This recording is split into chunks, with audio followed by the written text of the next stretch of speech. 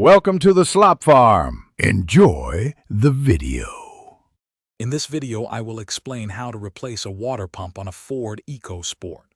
First, gather all your essential tools, such as a variety of wrenches, sockets, and a suitable drain pan. It is crucial to ensure your engine is completely cool before you begin any work.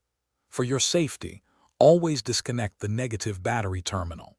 Finally, carefully drain all the coolant from both the radiator and the engine block into your drain pan.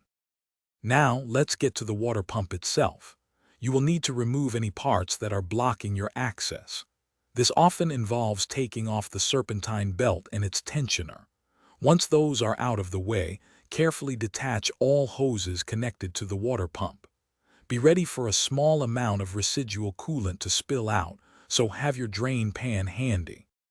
With clear access, you can now unbolt the old water pump from the engine block.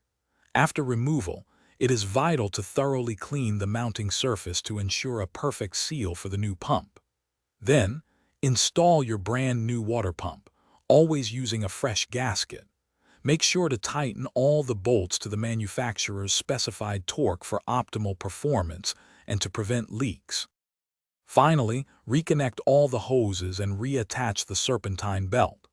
Now, it is time to refill your cooling system with the correct coolant mixture. Remember to bleed any air from the system to prevent potential overheating issues. Once refilled, start the engine, carefully check for any leaks, and ensure everything is operating smoothly and efficiently. Thanks for watching. Consider subscribing if we helped you today.